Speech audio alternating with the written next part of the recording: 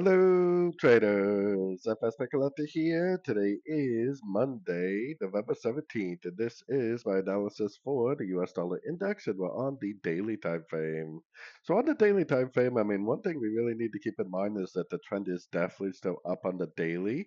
There is definitely a chance that price does bounce off one of these fib levels and end up continuing up to one of our much higher Fibonacci extension levels, or maybe even the target for like an expanding flat way up here.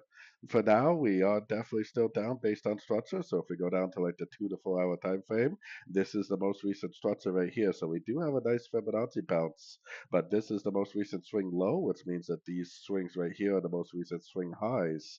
So if it breaks above here, I would say that this move down, which likely could be a pullback, is complete. If it doesn't break above here, then we would still be sorting the dollar via the dollar pairs themselves.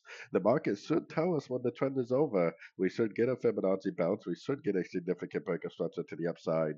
If and when that happens, we'll start looking for longs on the dollar. If it doesn't happen, then we'll just continue to look for shorts on the dollar via the dollar pairs themselves.